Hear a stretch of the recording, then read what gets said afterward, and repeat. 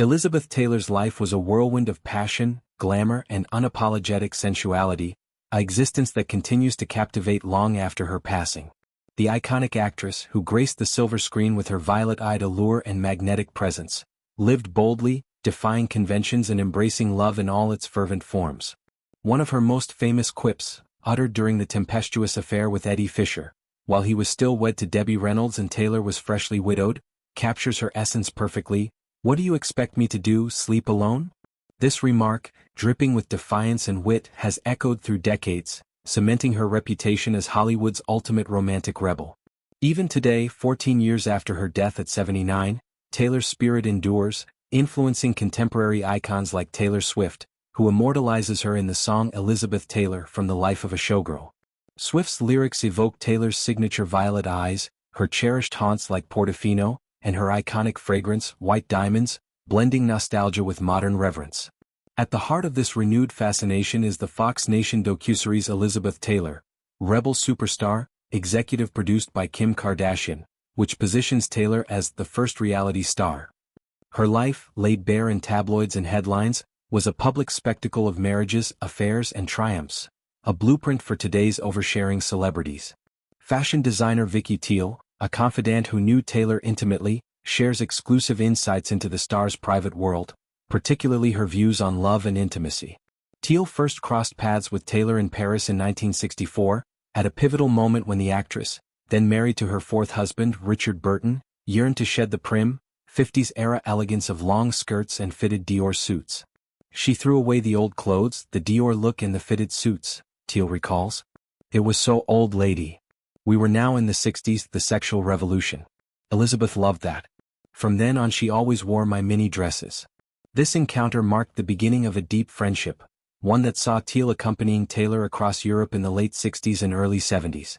They jetted to the continent's finest hotels, trailing her entourage during film shoots that demanded both professional rigor and personal indulgence. Amid the opulence of these travels, conversations flowed freely, often turning to the most intimate topics.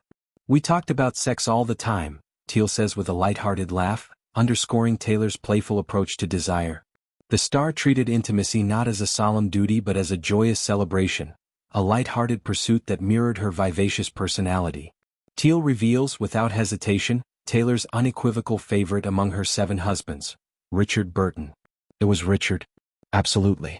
No question about it. Her lover for life was Richard."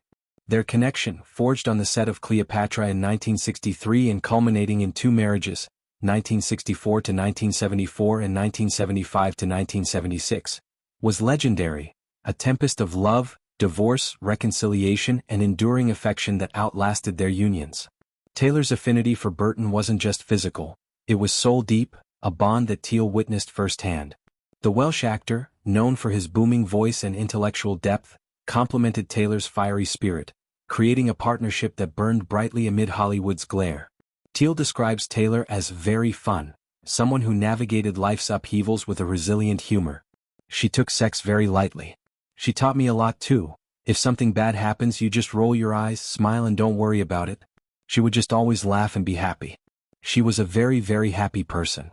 This buoyancy extended to her romantic entanglements, where she embraced lovers with the same gusto she brought to her roles, from the tragic Maggie in Who's Afraid of Virginia Woolf, to the glamorous white diamond-wearing diva of her later years. Burton's shadow loomed large even after their final split. He passed in 1984 at 58 from a massive brain hemorrhage, but not before reaching out to Tiel in a poignant final act.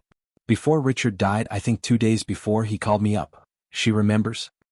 "He said, 'I don't think I'm going to live very long, and I just wanted you and Ron,'" Tiel's then-husband, makeup artist Ron Berkeley, "to tell Elizabeth I'll always love her the most. I love her forever and ever. And I miss her and I love her with all my heart." This message, delivered through Tiel, carried the weight of unresolved longing. Soon after, Tiel visited Taylor at her Bel Air estate, where the actress was luxuriating in a bath surrounded by opulence. "She's taking a bath," Tiel recounts.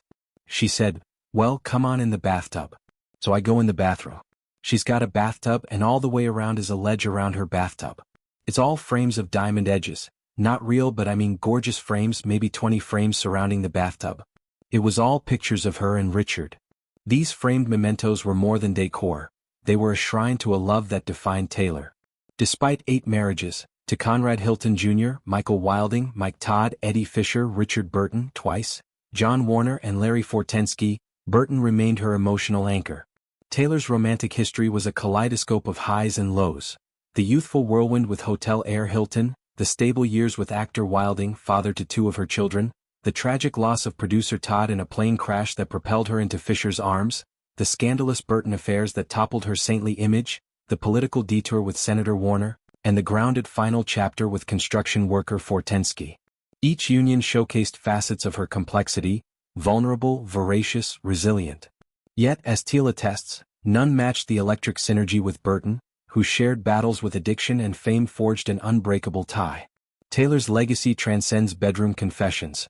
It's rooted in her trailblazing advocacy.